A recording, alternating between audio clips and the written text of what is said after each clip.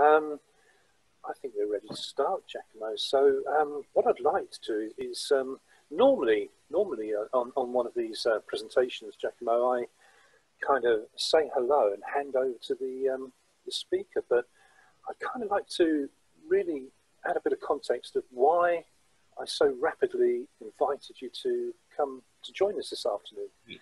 The Black and White magazine is one of my favourite magazines. I get it online, I get it through Pocket Mags, and it really takes me a long time to read the magazine, but I kind of stopped on your pages, because one of the things that I'm looking at personally at the moment is what makes a photographer's practice, what creates that distinctive style to a photographer's work. And that was something that I saw very instantly in your work. And the New York book, I ordered a copy of it direct from yourself.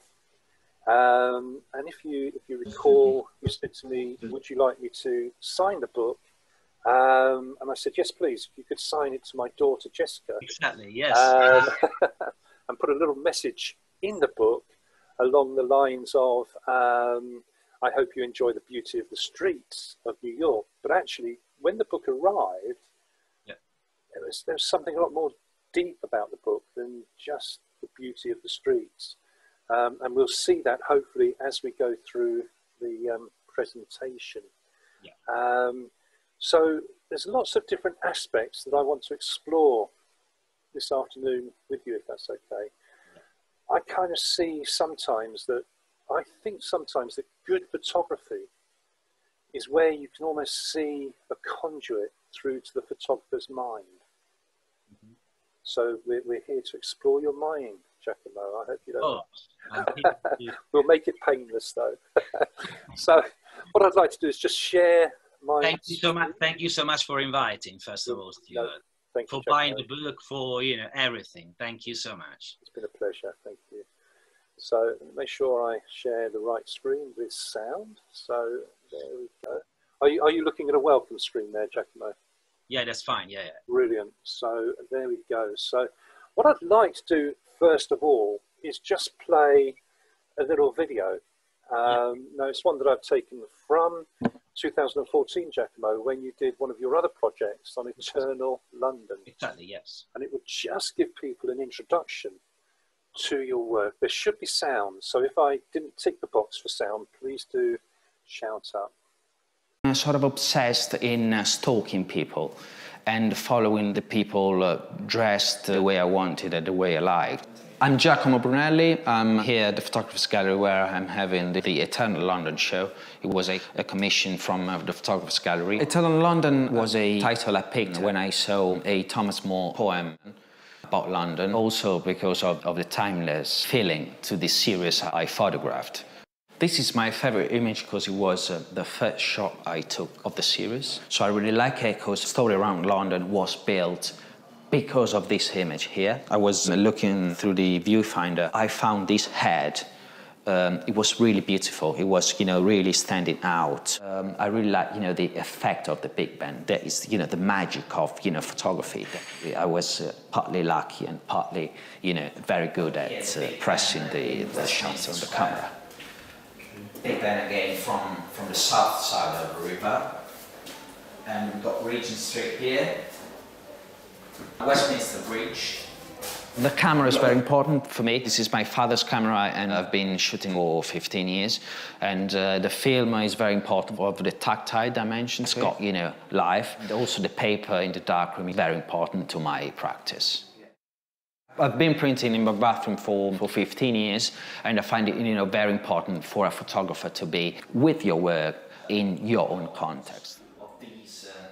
So when I print, I don't do much in terms of I don't use any filters. The way I print is very traditional. I don't do much at all. Apart from I do dodging and burning. And this is the house. Yeah. We've got here Mayfair, one of the arcades. I think it's the picture. As a photographer, I think you have to find a compromise between yourself and your camera. I like this one here because it's quite heavy and it makes noise. So that Giacomo, I thought was just marvellous, marvellous. You mentioned a poem by Thomas More. Can I ask what poem that is? I don't know. I just found this sentence about London. I don't know if it's related to a poem or if it's just a sentence. Brilliant. I think it's just a sentence that he wrote about London. And did you find the words about a place often does inspire your photography? Yes, because you have this coming to London. I've been here 12 years, and coming to London, you have this idea, like a romantic idea of a place where you live, and this is my case. And my wife is from Rome, Italy, so we were living in Rome, which is the eternal city. So I found these these adjectives very appropriate for my research, which is like an eternal city that is not Rome. So that's why I called it, Eternal London. So I found this poem and I found, the matching perfect. So that's why I picked but still, owns are still, so it's still very, it's that magic around a city is, which is what photography is. To me, it's like the magic around that the machine. What I like about it, it's like you have a machine, but that produces like magic. Because it's very, it's mathematic. If you look at the number, you can camera, as you know, it's numbers. So, but it's not. So probably it goes back to your questions about we're going to explore your mind, but probably you need to adjust to set your mind to the camera. So that's how probably works in my case. So over the years, I never stop me if you want to follow sort of your own well, I think that's really interesting, Giacomo, because what you're saying is the camera is the machine. Yes. But all you're doing is you're in charge of that machine to visualize your thinking, your thought process. Yes. And this is what came over. This is one of the pages from that black and white magazine. And there were a few things that I picked up on there. So you started talking about your thought processes, visualizing this emotion and idea of a place, a sense of place. You mentioned different perspectives. Yes. And also, you then explained that your book on New York isn't actually about New York. So we've moved forwards now to New York, the book you've just produced. Yes. So what do you mean by different perspectives, and why isn't it actually about New York itself? I think because it's when I started shooting, like my first book was on animals, published in 2008 and shot over like 4 years, 2004, 2008. Yeah. So when I decided that I wanted to explore something else, even more spontaneous, more because it's I had this feeling where I wanted to stop shooting animals for a while. So I was in the process of discovering to find new inspirations. And I started to shoot cities because I wanted to find inspirations from basically walking around different environments. So could it be, and we'll be coming on to your book about called Animals shortly, but could it be that it's about how you react to a place rather than about the place itself? Exactly. So I use, I'm doing Venice now, for instance, but it's not, I use, if you want, cities to, as an inspiration, as you know, to be open and to explore my ideas, because it's what I like. What I like to say about my work, it's always probably that's why it's a little bit, if you want, it is like street photography, but it's idea driven, if you want. So I work on ideas that I explore through cities or, you know, different subjects. It could be New York, London, Venice, Hamburg, self-portraits, animals, different subjects that allow me to explore my idea, to express my ideas. The camera comes probably, it is of course part of this process. It is of course, but I find it less and less important. I find it important. Of course, there is a relationship between me and the camera that I'm carrying at that moment, which I use basically one or two cameras. But same brand, same ears, sort of same everything.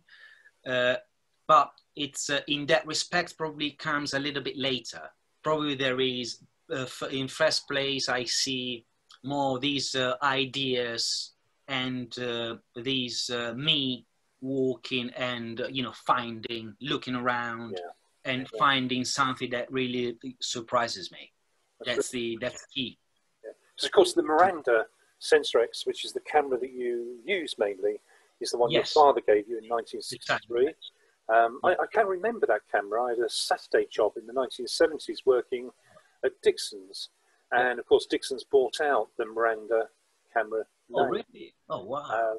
And I wonder whether, because obviously film cameras didn't really get in the way of you. You had an aperture, shutter speed, focusing. As long as you remember to load the film, you were happy days. Whereas some digital cameras now, which I do use, but and I have for a while now, but they can be quite complicated. Is the simplicity of the film camera something that attracts you?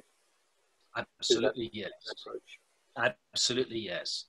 There are the flip side would be like, which is for me is not, but would be like that you have to stop yourself, change the film. But in that, it's not a problem for me. I mean, I find it interesting because when you shoot at at the same scene for a while, with a digital camera, you don't know when to stop. With a film camera, you got 36 rolls. So at a certain point, you have to. So I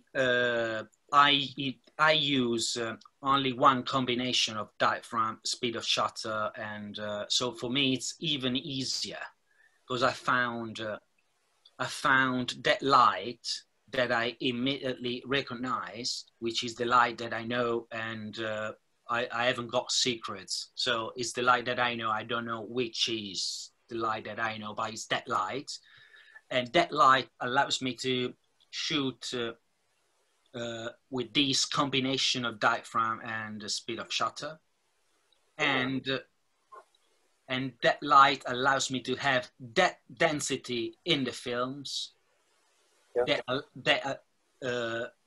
that density, that sort of films allow me to print the way that I print.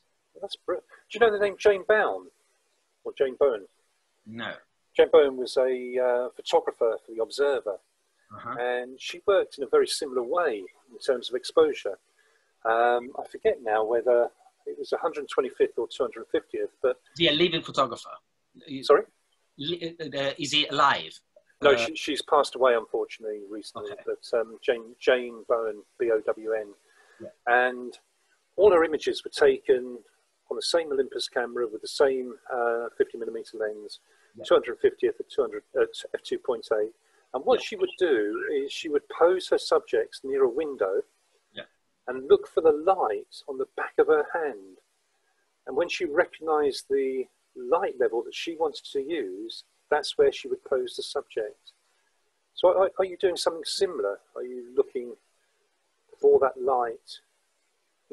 How do you do that? Do you just look at it, or do you see it reflected off your Yes, I set the camera. Say in my cases, I use the 50mm, only the 50mm. So all my projects since the animals, all being shot with the 50mm.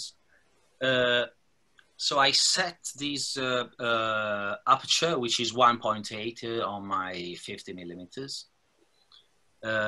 and then I do the either. It's very strange that I go, but basically it's 500th.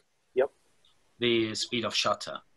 So that combination allows me to do basically whatever I want. Which is, but so I see a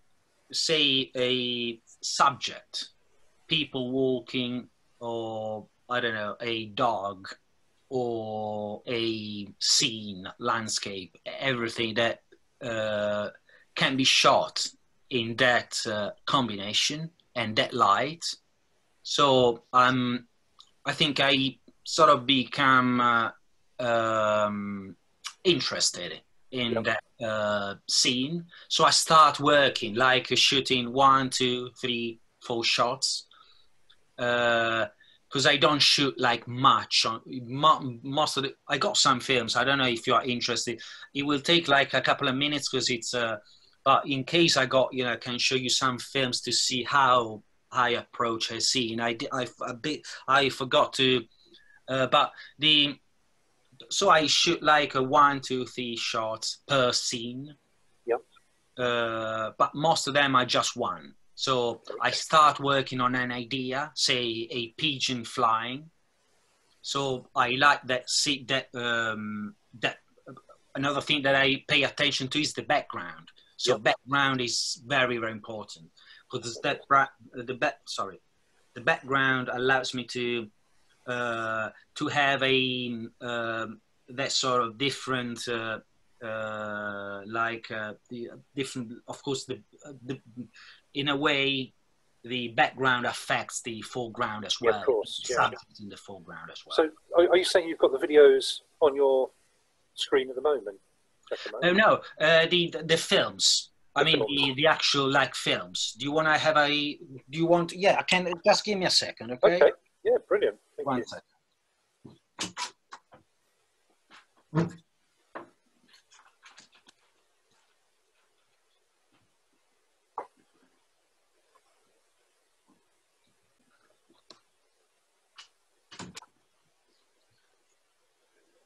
Giacomo, I've just stopped sharing at the moment so that we can see you full screen. Of course. Yeah. These are your negatives, But for instance, this is a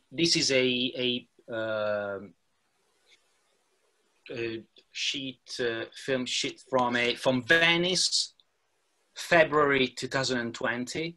Okay. This is the number 17. I shot in total over 2 months, 18 rolls.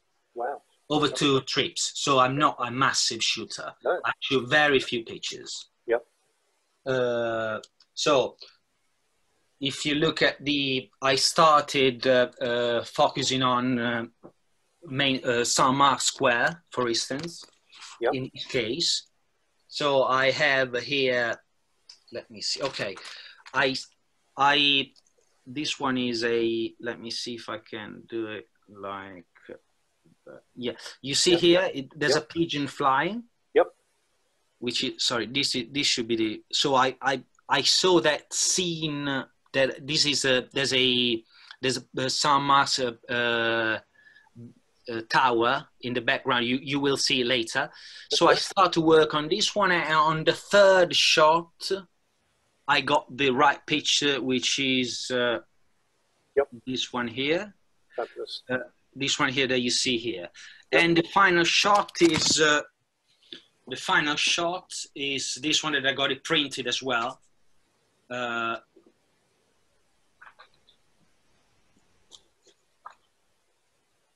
is the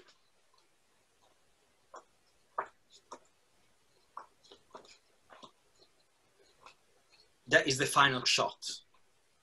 Fabulous. That looks great. And it's got your sort of trademark almost board around it, which we'll see you know, a lot of your images as we go through them this afternoon. Yeah. So I got these. I saw these sort of scene that I liked in Venice. Yep. I shot like 2 or 3 shots. Yep. Because you know I wanted with a vertical, with a portrait like for the formats. So yep. the camera, I wanted it to be like portrait like that. Yeah. I wanted like to resemble the verticality of the bell, and yeah. So I work on, you know, it's this constant working on ideas, rather than it is. Yeah, of course there is the shot that I see someone running, but you know it's less and less common. Yeah. So you're really thinking about what you want to get. Exactly. And yeah. looking at it, the way you've exposed is very clever. I think you're probably overexposing a little bit to give that sort of depth. Probably, yes. Yeah. Extra light on the enlarger. My quite dense. Yeah. So you have long exposure times on the on the enlargers to get that really beautiful. Exactly. Yes. Brilliant. Let's go back to sharing the screen here, Giacomo, and we'll just have a look through that New London book for a moment, and then we'll go on to some of your other projects and come back to the pictures. So you should be, in the moment, just seeing a photo bookstore screen. Is that what you're seeing now, Giacomo? On the screen, you're seeing photo bookstore? Yes. Brilliant. Let me just play through that. It just gives people an idea of the book. Yeah. But actually, do you know what? You can't really, with this book, it's not just about the images. When I received the book, I almost wanted to peel the pictures off the page. They looked as though they were kind of almost postcards. Yeah, they're sort of, they look like they're wet. They're coming out from the darkroom. They do, you know, and you sort of reach for it and you think, oh, actually, they won't come off. And it's very, very, very cleverly done. Yeah. Very, very cleverly done. Because you see, like you see here, I mean, they shine because it's called spot. Is a way of printing. We printed it in Verona. They specialize in tritone, tritone, which is like 3 different tones of gray. And so I published most of my books there because they like printing black and white. And this method here we used for the New York is called spot varnishing. So you use a black paper. In my case, I think it's a Garda paper, 150 grams or 160 or 70 grams. And then you varnish just the scan of the image. Wow. So it's not. I mean, it's part of the paper, of the black paper, but with the varnishing, with spot varnishing, just on the paper, on the print, on the image, it looks like he's coming out. But it's not. And that really does work very, very well.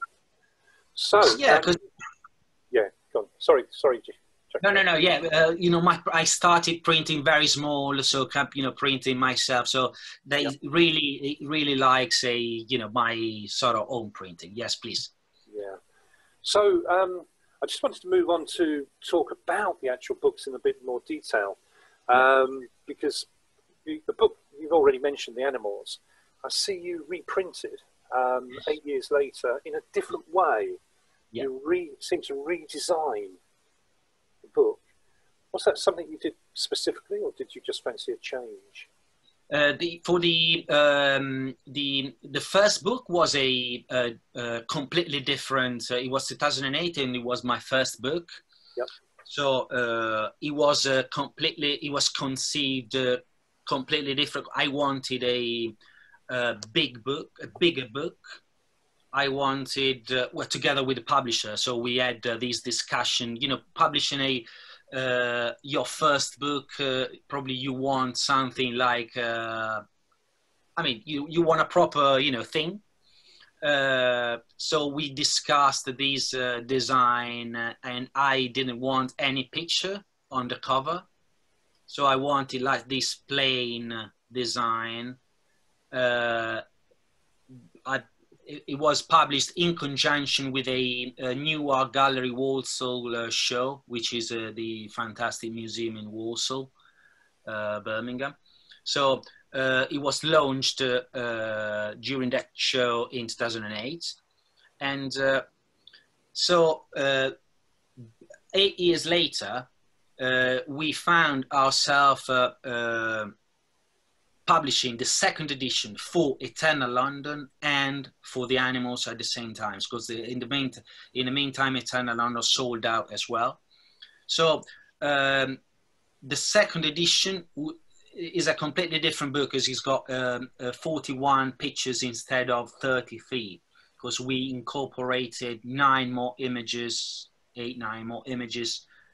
that at that time in 2008 were not available. Well, yeah.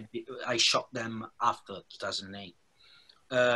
So the conception has been complete. So we wanted to produce like a set, like to book that, you know, it's I got them here. So we wanted to do like a set. Yep. Like for, I don't know, people to have like a set of mine, easier to you know to purchase, and also it was like a something that you have, sometimes you have to deal with other like lots of different, but it was we decided that was a format and something that really worked for us. So to release the books at the same time with the same design, because it's Dawi had a great idea of doing these two to release the 2 books at the same. But Eternal London, the first edition, published in 2004 for the Photographers Gallery show, we designed it together. So we decided to put a picture on the cover for the first time, because at that time the second edition, the animals was not available. So yes, it came, this second edition of the animals came after the first edition of the Eternal London, that we designed it that way. Okay. So it sort of followed the first design of the Eternal London. Brilliant. So what I'd like to do, Giacomo, is just go through some of the images. There's just sort of 8 different images from this book. And as I'm showing them, what I've done is I've actually paired them up in a way, the images that you showed me, and I don't want people to think that that's how you've sequenced them in the book. It's just really for how we're going to look at them now. And as I go through them, maybe you could talk about the actual experience of shooting them. Sure. Seeing them, how you responded to that scene, and the actual experience of taking them, if that's okay. Of course. So let me move on to these 2. Yes. So this one was the most famous image of mine. So it was shot while at that time I was driving the car. So I've always shot. I'm not a massive shooter in terms of producing number of images, but in terms of time, I've been very lucky to be focused for. Shooting every day, whatever I like. So it was a fantastic thing that I recommend to every photographer, like to get into that sort of mindset to find your way. Because at that time I was driving around Italy, central Italy, like looking for animals, like doing like, we got this pair here, the other one is a medieval village in Umbria where I grew up in Perugia, and the first shot, the one you mentioned, the one on the left of the screen, was I was driving the car, so I saw something that was a white pigeon in that case. So I stopped the car, I got out, and I started to photograph that pigeon. The pigeon flew away, and on my way back to the car, I saw this dog barking at me. It was mad, and I think he was blind as well. because it's he could not look like a, you know, his eyes were like blue eyes. It was fantastic.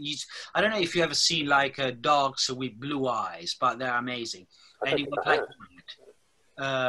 so it was a sunny day, so it was like it was not like a direct sun, but it was like a filtered. There was a tree, so the perfect lightning. It was incredible. And so I shot like 5-6 images, but these dog you know, could not stop barking at me. I mean, we got a net between us,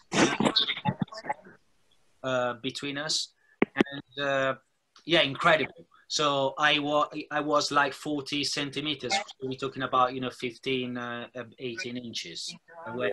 So I was at my closest point of focus on my 50mm. And incredible, you know, has been a very in terms of emotion, one of the probably the only shot that I said, oh wow. I mean, it was really a profound emotion to be able to get that close and to not to have any distraction, because sometimes, you know, there's always when you shoot, there's always that it's not perfect. That's right. And having that sort of interaction so direct and raw, it was incredible. I've been very lucky, going back to one of your first questions, because with analog camera, you never know about the films if they come out the way you want. But in that case, I was lucky also in that respect. Incredible. And I think we'll see those birds in a moment. But we've got these two horses now. Yes. So the one on the right, there was a gate. So I was like, I think 4 meters away from the horse, the white horse standing up. And I waited, I don't know, probably 5-10 minutes. So it was laying on the floor, and I set the camera same. Well, you know, in that case, it was not, because I keep, when I walk and I look around, like in cities, I use I set my focus at 6 feet. Okay. So I put a green dot on my lens to make it like more visible, but it's always 6 feet. In this case, yeah, it was like more about 4 meters, something like that. So I waited for the horse to get up, sorry, and yeah, so a couple of shots while he was getting up, and well, incredible movement. A bit, you know, it's it looks like is a little bit sad, because you realize how, you know, it's got some fragility as well. It's very fragile. I mean, it is in balance, but it's not. So we've got this 6-foot focusing point, Giacomo. I mean, obviously, looking at your images, there's this distinctive look. Focusing is not something which doesn't have to be pin sharp. It reminds me of that famous book by Jackie Higgins, Modern Photography, Why It Doesn't Have to Be in Focus.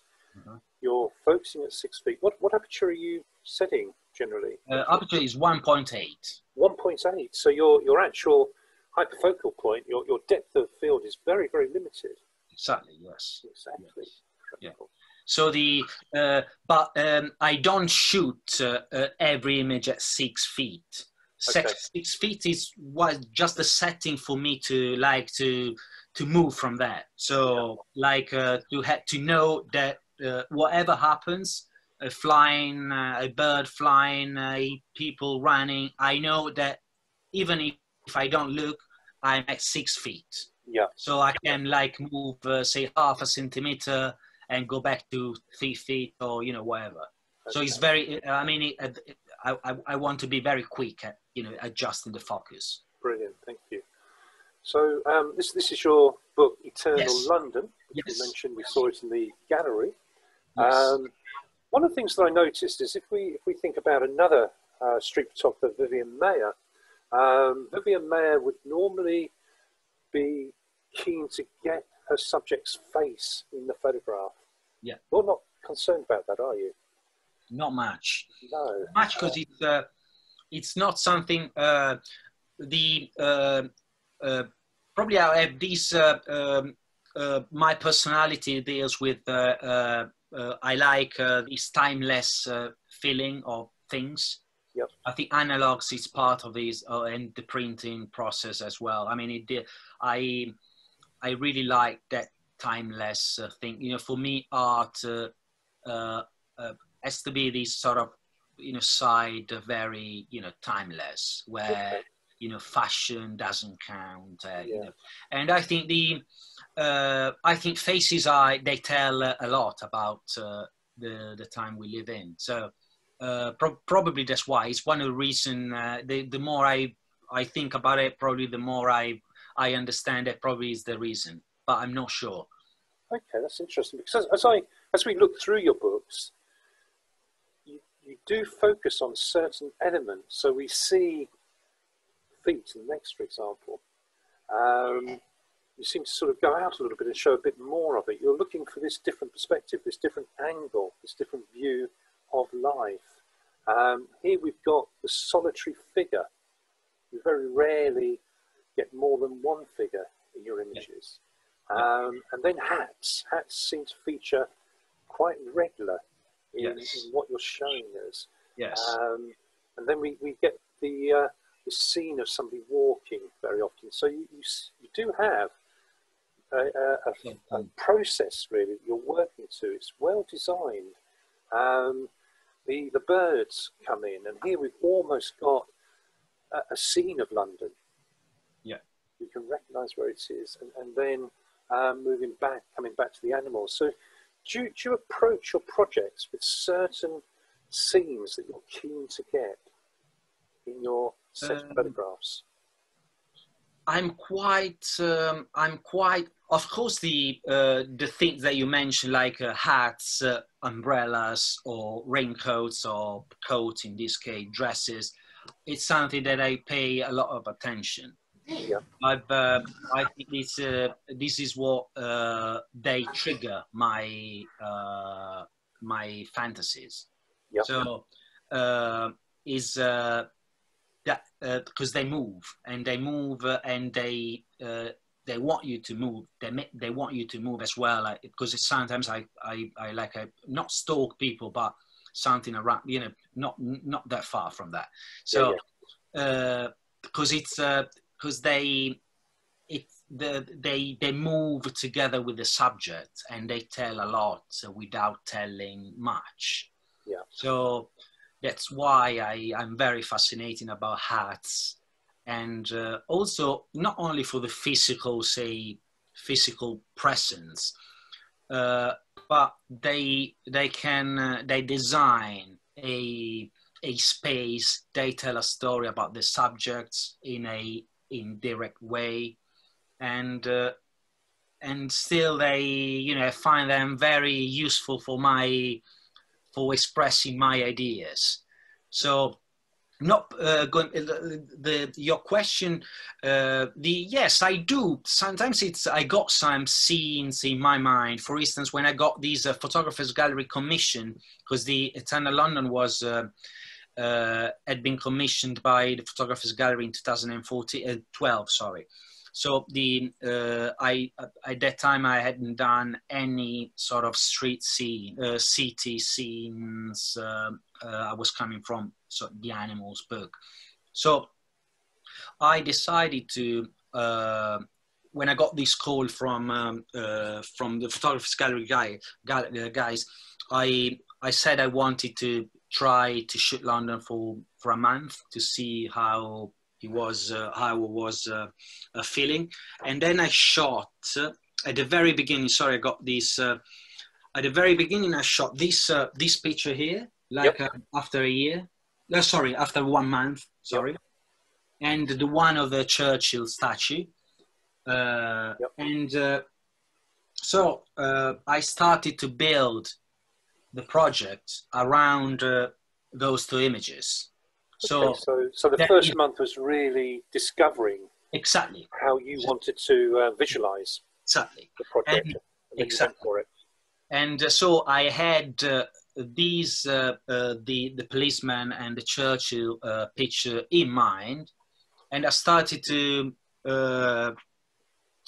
build a story around the two images, and so over in 2012, 2 years, I've completed the project. It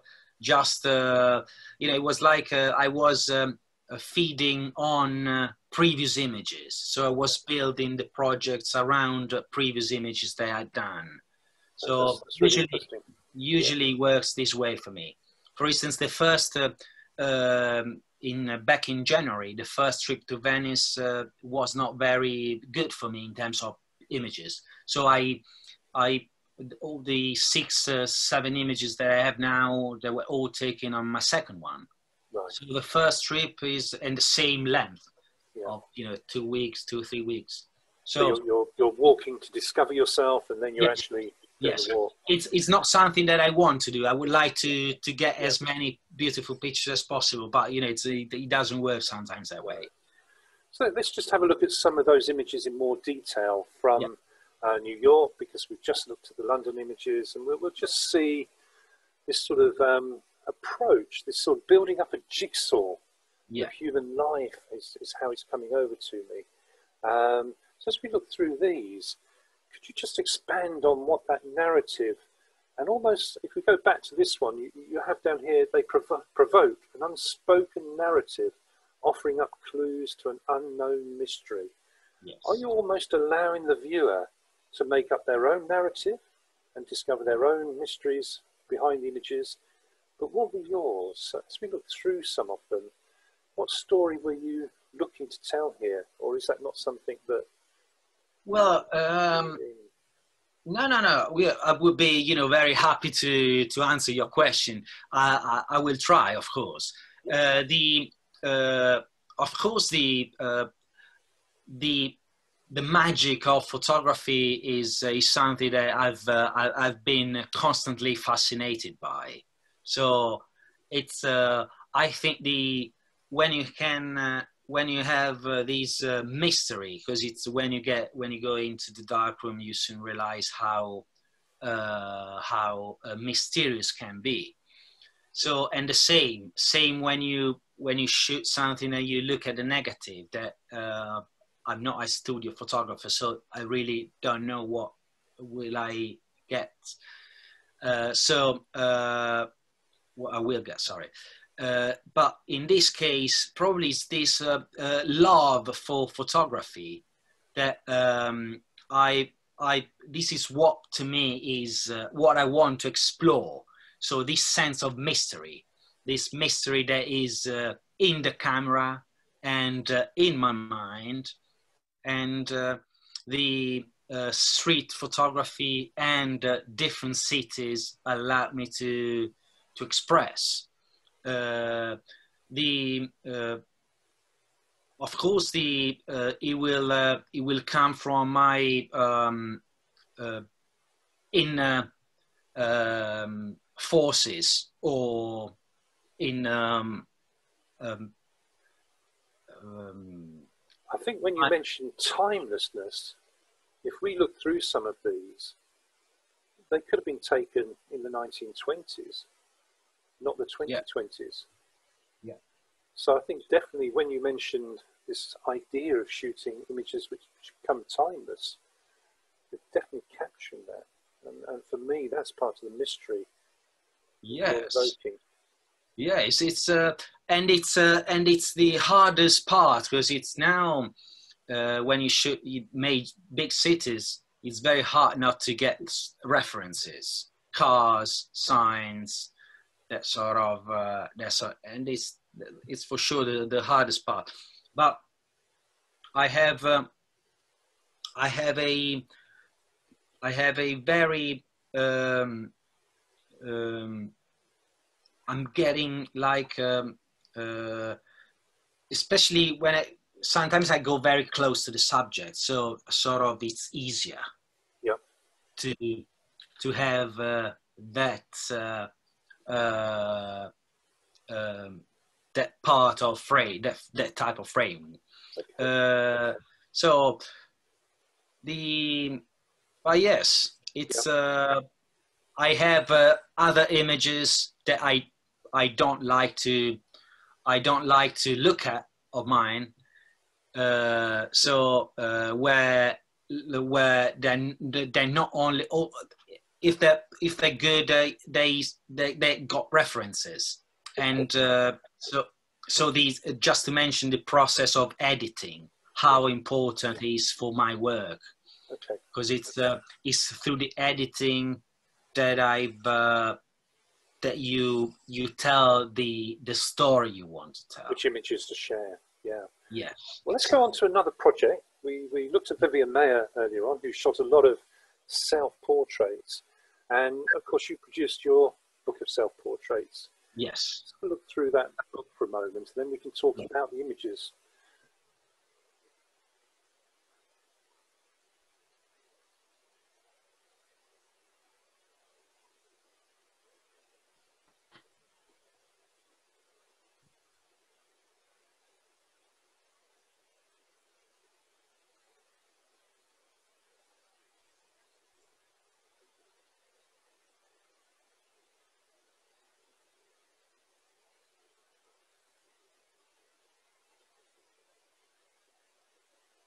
This is a nice touch where it folds out and you've got that little bit of tissue.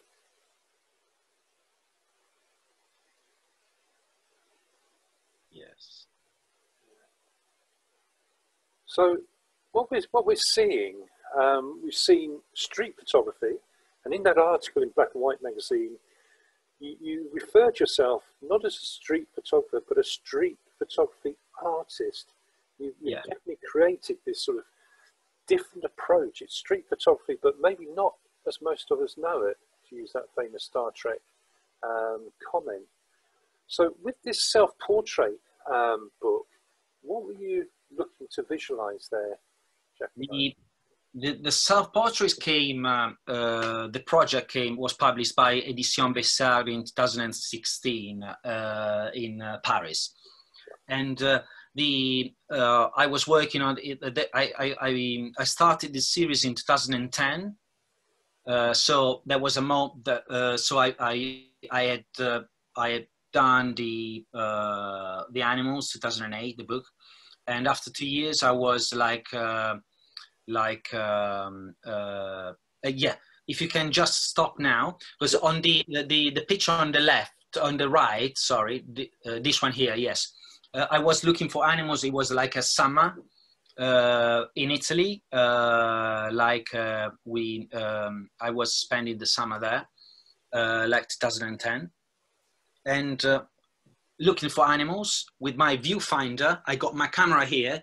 This is another camera. This is a same brand, but it's a 1953. Okay. So this is a Miranda S, and so it's super. And so I was looking through the viewfinder like that, okay? Yeah. So from above, like that. And so I was looking for animals, basically. And so I saw the reflection of my shadow onto this sort of white road. So, and I shot a couple pictures, and I printed it, and I liked it, and I decided to work on myself. So from 2010 and 2013, I would shoot myself, my shadows in different locations. You got Wimbledon here on the left, between say Perugia and Wimbledon. So all different sort of locations. Well, got Elba Island as well in Italy. So different locations in basically when the sun was out, because you need the sun to be out. Yeah. And so yeah, basically these it was I grew up in the countryside, so I had a strong connection with these sort of animals and that sort of nature element. So I wanted my shadows, myself, to be like in conjunction with these natural shapes and stuff. I've been, if you look at the arte povera, poor art in Italy, it was a movement in the 60s, 50s and 60s, where artists would experiment lots of, you know, like where art, like it was like in lots of nature, lots of, you know, and I was inspired by this movement as well, where, so you see my shadow giving like life to my shadows through natural surfaces. So you have, if you have you got other images as well? No, these were the previous ones. So Yes, these are the ones. yes, well, yeah. You see like plants or you know, plants, another one, or if you can just or pieces of soil or haystacks. Yeah. So shadow on the landscape. Exactly. So it was this like you know, I wanted to turn the camera on me without turning the camera on me. Yeah, brilliant. And giving these my shadows these life, new life. Fabulous. Thank you, thank you. So just to finish up on looking at the images, and then we'll open the floor up to any questions. Yes. These are the ones that you sent me about Venice. So is it going to be a similar book to Eternal London and New York, or do you think you're going to change direction in many ways, or where are you heading? Or with it? Yes, I'm halfway, so hopefully will be completed by, I don't know, May, probably this year, because I want to make another 2 or 3 trips. So it's going to be, I've taken I'm experimenting like different perspectives, you know, if you want. So, for instance, this shot in the middle here, the one of the landscape one, it's something that I've never done before. So I never shot like pictures without people or without any figure. Right. So this it's different from the others, but it's I like it because sometimes I don't like when probably I use subjects in the foreground to create my sort of tonalities and blacks and stuff. And with this picture here, I managed to have the same the things that I like without having subjects. So probably I will experiment a little bit more with these shots. Well, with Venice, you know, I'm very lucky because everywhere you look is beautiful. So yeah, of course, yeah. So, Giacomo, I'm going to stop sharing the screen now. Thank you ever so much for giving us an idea of how you approach your photography and what your mindset is. Can I just if you can just because I wanted to show you let me see if I got them here. I want to give you some that's it. These some Venice images like the prints, just very quickly. Yeah, of course, yeah. So very quickly. So are these being printed on your Ilford? This is Ilford paper. Ilford Montfrage, yeah. Brilliant. So never. Do you find that you're generally using the grade 5 filter? Or even always 5. Yeah, always 5. Never change the 5. So it's this is the print of the. As we were going through them, actually, you embrace dust marks and specks and things like that on the images. I know. Oh yes. So for you, that's all part of the experience. Yeah. Yes. Of course, but yes, it's something that it's the beauty of the. If you see, there's also, you know, like flares here. Like it's not, but my prints are never like perfect. If you want, sorry, I'm trying to. Yeah, gotcha. They really do look quite well. Yeah. The shapes, you're very much into shapes, aren't you? And where those shapes are in the images. Exactly. Yes. Yeah. So yes, it's yeah, with the I think it's the printing experience is part of the what differentiates from the digital. I mean, it's not like the perfect print that you can have, you know, all the same. And although my prints are limited to either, depending on the size, by 5 or 10 copies. Yeah. I do 2 sizes. Each one is different. So each one is got like then I color the edges with the very edges with a paint. So each one is like is unique in a way. Okay, got you. Lovely. So let's have a look at some of the questions. We've got some of them in the. Claire asked what edition of black and white photography the feature is in. Although Claire then followed that up, saying she found it. Yes, the latest edition. It's 247. 247, and that is the latest one out, isn't it? The November edition. Yeah. So that's beautiful, beautiful magazine. Well worth. I say I purchased mine through Pocket Mags, I think it's called. So I see the online, the virtual. There's the article. Yeah. It's really beautifully put. Yeah, because it's we had a proper interview. So it's imagine. Yeah, it's great. You know, beautiful. Yeah. So Connie asked about the heavy and make noise in describing the photograph. So I guess what we're talking about is this exposure. So remember, we're talking about negatives. So if somebody was shooting on digital, it potentially might be the other way around, but you're maybe overexposing your negatives, are you, to get that density in the negative? Or, you know, it's something that I don't develop my negatives. Right. So I use Aperture, which is a shop in Oxford Street. Yeah. So I don't ask for anything like strange. I just want you know, I don't push or pull anything. I mean, it's I just they don't know what I do. I don't, you know, I know they sort of, it's like hand. They do it by hand, so I like the way they do it. I think what I was getting at was in the exposure. Yeah. Working a different way. So if we were to work out, if we were to use an exposure meter, and we get that needle in the middle, sort of what the camera thinks is perfect exposure, etc., etc. You know, if you were shooting transparencies, you might be underexposing a little bit. Yeah. But I'm guessing you would probably be overexposing to get that dense negative to. Looking at my negatives, probably yes.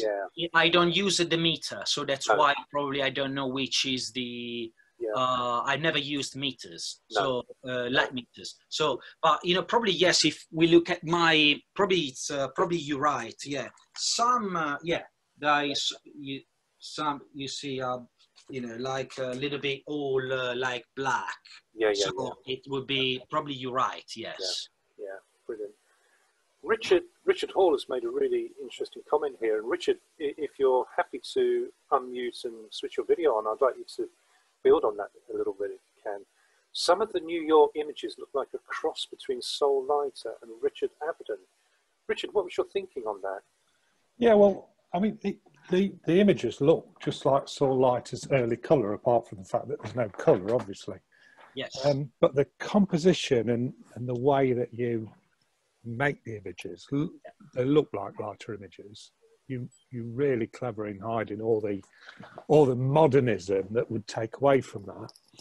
And I think the graphic way that you build the images looks a bit like Richard Avedon to me. It just looks like something out of Harper's Bazaar from the 50s. Yeah. And something that Alexei Brodovich would be asking for and putting in the magazine. Yeah.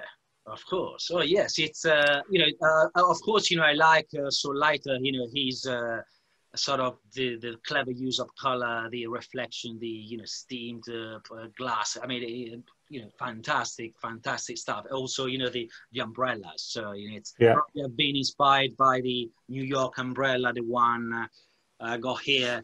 Yeah. Well, anyway, yes, it's part of that tradition of the classic black and white New York street photography, because it's yes, it's something that I've been, I did a video on Instagram on my inspirations, where the early inspirations, and I put like at the very beginning, I was like Bill Brandt, Brassai, Dionysus, and Mario Giacomelli as first influences. But of course, over the years, I've looking at books and stuff, I've changed now my taste a little bit, and so lighter. Well, Avedon is something that is very fascinating because it's yes, I've never thought of, you know, I see him very far away from me, especially for the studio stuff. Yes, yeah. But yes, but it's interesting. You see, I mean, your point is, you mean the look of the images? Yes, the look of the images. I mean, there's all sorts of things going off. You've got Diego Moriarty, haven't you, with your dog photos, and you are very. I mean, I know Stewart talked about Vivian Mayer, but Vivian Mayer, the images are very delicate and very uses lots of nuance and lots of tones, whereas you're much more like more like contrast. Yeah, contrast. Yeah. Yes. Yeah. Yes. It's Vivian Mayer. Vivian Mayer came about 2012, 11, 13. So yes, I got like I've been probably yes. It's mine are, I find them probably mine are raw. More raw. Great Graham and Steve picked up on this Mariana as well, and also Foucault's and the Ravens, different contents. Yes, of course. Yeah. Foucault, fantastic book. Yeah. I think it's Tri-X film that you use, isn't it? Yes, exactly. Yeah. 400. 400 ISO, yeah, brilliant. Thank you, Richard. That was a really, and Graham for seeing that in this work. I think you're absolutely spot on. Claire wonders if you lie on the ground a lot, and I wondered that. The photo of the stilettos in New York City, for example. Yes. Presumably you get down and you're... Well, yes. And I wanted to share with you this camera because it allows me to to shoot from so I can put the camera on the ground at street level and look from above. So it's great. Instead of laying down, you can use your machine to do the job for you. And it's but yes, yes, the I used to Did you get funny looks when you're sort of laying on the ground, or do people step over you? Do they just actually I decided to switch from a proper viewfinder to this one here because I wanted like fresh ideas, because sometimes it's you need, when you stuck on your projects, the new ideas. So I wanted to I wasn't sure if let's go 6x6, but I wasn't sure. So I decided to buy these this thing here, this which is waist level viewfinder they're called, aren't they? Like the medium format. Yeah, exactly. Like the medium format. Exactly. And of course, on a lot of the digital cameras, we have these screens which sort of point up and point down, so it's a similar sort of thing, really, isn't it? Yes. Completely different. Fabulous. So I think that's just going through the questions. I think we're there on the questions on there. So does anybody else in the audience have any questions they'd like to ask Giacomo about what you've seen this afternoon, which I guess is probably a little bit different to a lot of things you've seen before? Anybody in the audience have any questions before we move on? Silence. Excellent. Okay. Well, I think you probably. Hang on. Do you think you could produce this? Okay, that's interesting. So, Richard has asked whether you feel you could produce work like this with a digital camera.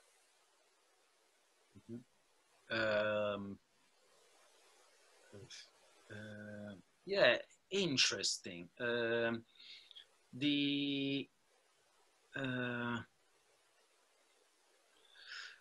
guess we're talking about the aesthetic, aren't we? Yes. Of course, probably not the prints, what I'm worried about is more, it's probably I can, probably these, the tactile, and you know, the glowing stuff and the depth of the blacks probably is very hard. Probably it's the black something that I feel that when I look at digital prints. I mean, that sort of density of the blacks and the pureness of the whites that sometimes I see like more. Probably that's why I find it more exciting. Probably so the answer would be no. Probably would be with the digital camera.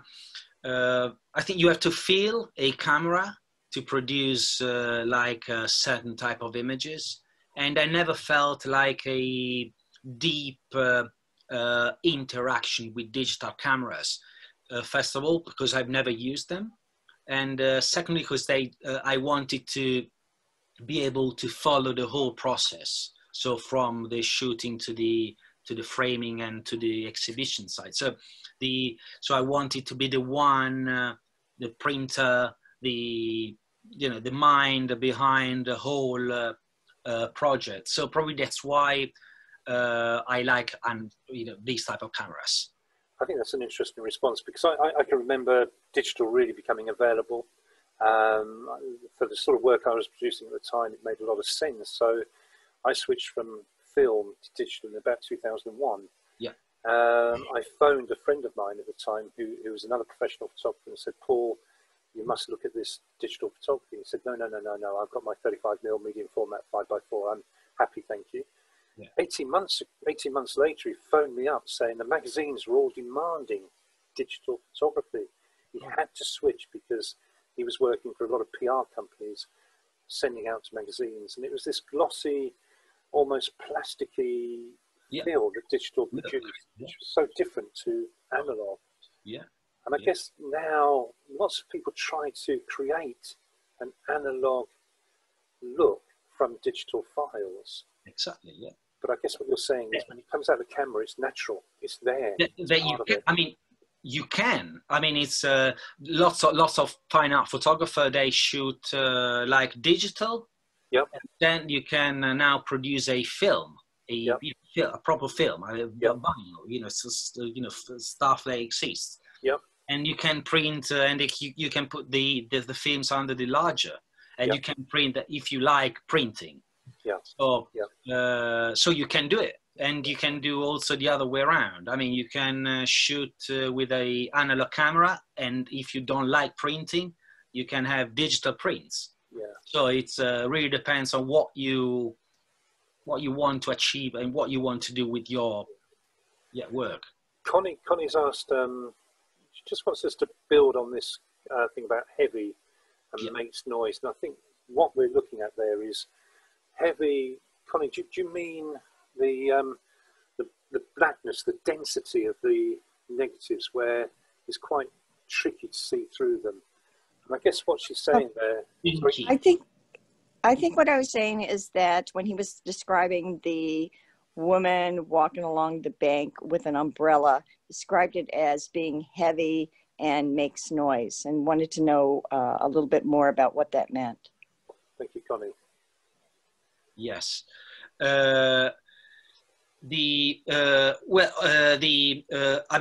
Probably I was referring to that I use things like umbrellas and dresses and raincoats because when they move, they create a space around them, and so the subject becomes like something that is fascinating for me to study, and I use photography to do it, but without the subject to be recognizable. So I don't know if heavy, probably heavy because it's got it's heavy in terms of how a dress sort of falls around a subject. Probably I don't know if I use that term, but and of course probably the umbrella sort of, it produces a sort of movement, and that I like to record to better frame my subjects into my space. Is that what you're getting at, Connie? Yes, because I didn't know if noise meant that this was more of a sensory, as he is watching these people moving, and the rain coming down and the movement of the people, if that's what he had meant by noise. Yes, exactly, yes. And if you were, because of course I use a noisy camera. So my camera, when I release the shutter, I mean, it goes like, so people, not from the, that picture was like, I don't know, probably 5 meters away. But usually when I get very close, they hear the noise of the shutter. But this is another thing. Yes, of course, all these rain making noise, or the umbrella like moving, or the raincoat like I don't know. It's something that they help me to get into the scene. So that's why I've so sometimes I'm very close, like as I hear noises, and the shoes, the noise of the shoes. I mean, it's all something that is part of my inspiration. Which adds to the excitement of the find and the journey that you've taken. Exactly, because it's for me, it's great fun to be able to photograph. So it's first of all, I mean, it's a lot of fun. It's a lot of fun to. It's like you experience that sort of freedom that is. That it's sometimes you take it for granted, but for me, it's when I have a beautiful composition, I mean, I get that sense of freedom. So probably it's part of that process. Thank you. Thank you. Great question. Thank you. Yeah, actually, somebody's just messaged saying, so refreshing to hear your natural and relaxed approach to things, Giacomo, like dust spots and flare are okay. Yay. So I guess that's the moment, isn't it? You're not trying to hide what happened to you, what the experience was. Yeah, certainly, yes. Yeah. And I'm lucky that I have a camera that is got, no filter in that respect. So it's like my, reflection. Yeah. Well, what's that second camera that you're using there? My father. This one was a new one that I got for Venice. Yep. Because they're fragile, so they get I have to replace parts. But this one is a 53, right. And the one that my father's was 63. Yeah. So we're seeing differences with the wind on knob. You've got to like the Leica 3. You've got to sort of turn the dial rather than sort of exactly the double. Yeah, I got an M3. I started actually with the Leica M3. With the double stroke one, so 53, 1954.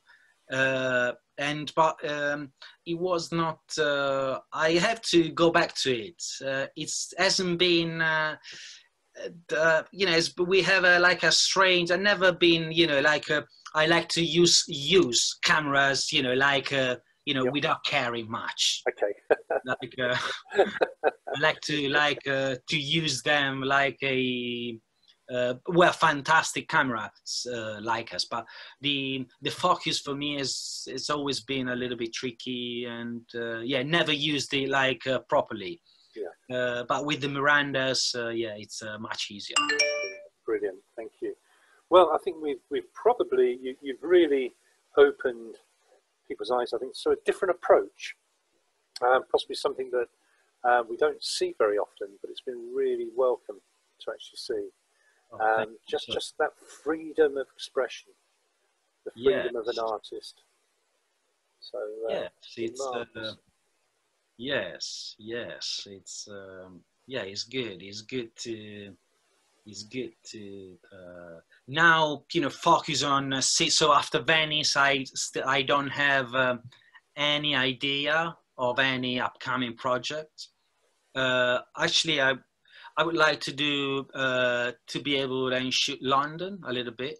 Yeah. So probably during this pandemic, we'll see. Probably if I won't be able to travel to Venice for a while, I will focus on London. Yep. So well, there's a couple of roads leading out of London, the A1 and the M1, which take you north. Yeah. Oh yes. Oh, a whole different world. Yeah, very fascinating. So, very fascinating. Yeah, very fascinating.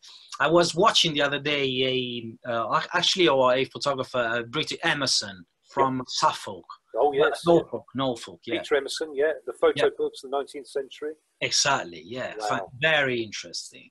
I've seen those books. Have now I don't know whether they're permanently stored here, but I saw them at the Nottingham Castle. Oh wow. And they were absolutely amazing. Oh, yeah. Absolutely amazing. Because there's a show now opening at Michael Hoppen Gallery. Is there? Yeah. So in Chelsea, so is so there are some prints. There are, I think, there are reproduction, you know, for the books. Yeah. Prints, you know, something that probably but there's an interesting, very interesting video. So these very fascinating photographer. Yeah. Yeah. Well, it'd be well worth getting along to that, and if they have got one of those original books there, wow. When you see 200 copies. Sorry.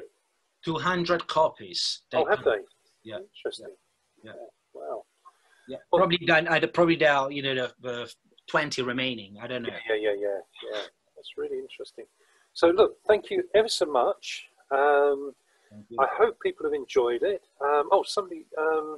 Connie's just asked, do you ever interact with the subject? No, I don't because it's very hard. You know, some people, they get, especially, you know, over the last 5-6 years, they get really annoyed when someone takes pictures. Right. So as I got these, my subjects are not recognizable at all. Yep. So I don't, there's no need for me to explain to them that, I mean, I'm very open. You know, the way I work is very, all people from behind, basically. Yeah. So they're not recognizable. So I'm not doing any harm at anyone. So they're kind of players within your image, but exactly. you're not invading their privacy in a way. Exactly. So that's why I don't like to interact, because it's the conversation, you know, they get, because people, you know, are scared, basically. So I had some, you know, little like, what are you doing? Why are you here? But I try, you know, not to talk much, because I'm, you know, I don't have, you know, I'm not, as you said, behaving badly. Yeah. So, that's obvious. Yeah. And of course, if you want to, I got some copies of the latest book available. So drop me an email, my website if you want. Yeah. Let me just go to the screen again, because I have got that on the final screen. Your email address. Of course. So whoops. Yeah, it's my name and surname @gmail.com. Yeah. So there we go. So this is your website, isn't it? Yes. And, thank you. No problem at all. Do have a look, by the way, on the RPS website. We have got some other talks in East Midlands. Oh wow, me as well. Oh wow. Yeah, January the 26th, that one. And then Jay here, Jay Myrtle, he will definitely be worth listening to as well. Nice. So yeah, and you know, as I say, I ordered my book direct from Giacomo, and it arrived within a few days in a beautiful little container. Yeah. The only concern I have is I don't want to put it in a bookcase because it's so beautiful. I don't want any damage to happen to it. So it's actually living in the envelope that you sent it in. So, thank you. But thank you ever so much for your time. Thank you. Thank you. You know, it's I just can read a couple of names, but thank you so much to everyone. Yeah, and I hope everybody's enjoyed themselves. Yes. And we'll have a good Christmas, everybody. Oh, yes. So yeah, if we can, if you're able to unmute and just give Giacomo a round of applause, I think that would be very, very well deserved. So there you go. Oh, thank you, guys. Thank you very much. And as I say, have a good Christmas and You too. safe trip home, I guess. Thank you very much, Giacomo. Thank you. It's been Thanks. marvelous. Thank you so much for inviting. Bye bye. All right, thank you.